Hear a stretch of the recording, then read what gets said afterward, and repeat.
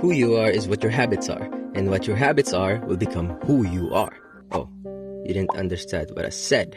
Maybe I've grown too wise. Let me explain. If you have a habit of working out, then you'll have muscles, and some people take pride in those muscles. If you have a habit of reading and studying, then you'll have good grades, and some people really take pride in the said grades, and their families would also be proud. So, let's see what your habits are. Oh, that's just sad. You have none. Good for you, I have the knowledge on how to start a good habit. I have been watching a ton of self-improvement stuff and reading books about it. And one of the things they're particularly keen about is that they really love their habits. I mean, why wouldn't they? Good habits make your life much easier. But why is it so hard to develop them? Is there any shortcut for those good habits that you'll be developing? The answer to developing good habits is just to start. Yeah, that's pretty much it. You might be thinking, oh, that's basic knowledge. Then, why haven't you started it? Why haven't you had any good habits? The truth is that starting a habit, particularly a good one, is quite hard. So, don't be too harsh on yourself. Pat yourself in the back for watching this video. It's a small step, but at least it's a step.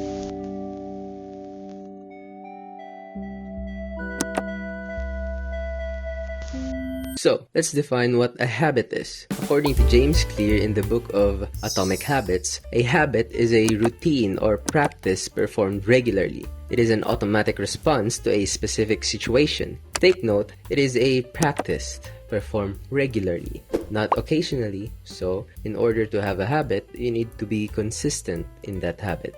Being consistent in your habits is hard because when you first start them, you won't get any results immediately. But you'll get them in the long run. Let's say, for example, that you start going to the gym. When you lift that first weight, you'll not instantly become a big muscle dude. It takes time to do so. It needs consistency and dedication in order for the changes to be noticeable.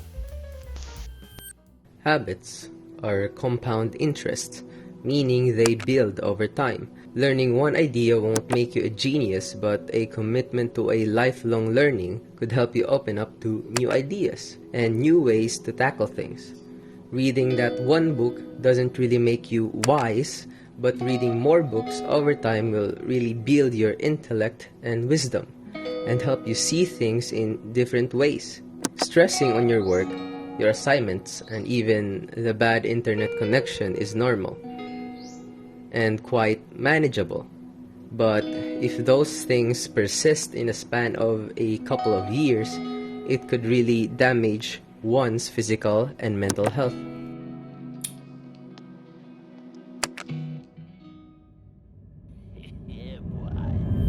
Yes, habits could be bad or good, but why would I bother even doing those habits if they could take up a lot of my time, like going to the gym?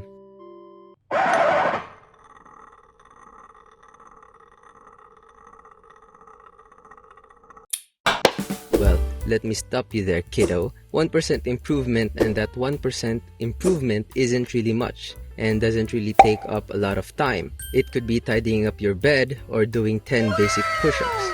If that 1% improvement each day given a span of a year would make you 37 times better. And the opposite is true. If you get 1% worse each day, let's say by eating that one junk food in a span of a year, it could snowball and it could make you addicted to junk food. And in a couple of years, it could lead to big complications, either physically or mentally.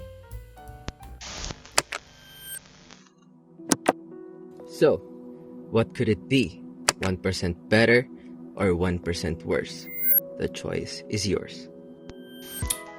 Even if you choose something from the choices that I've provided, or even if you didn't choose at all, you're living. So, you're choosing something.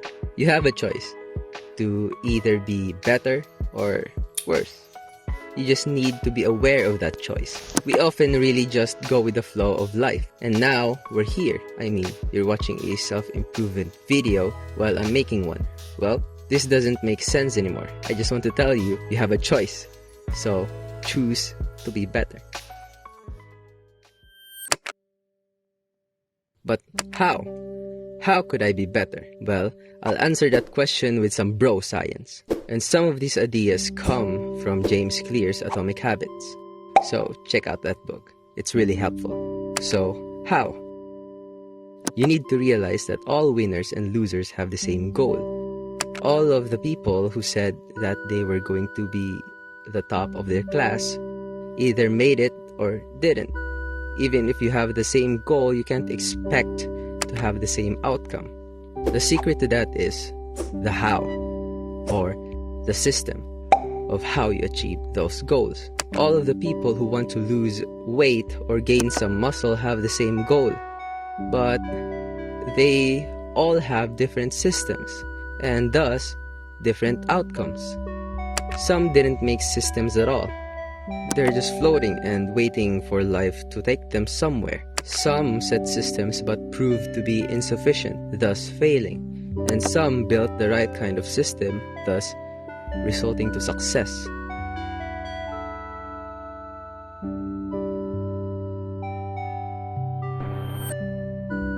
So, Jassy, what is a system?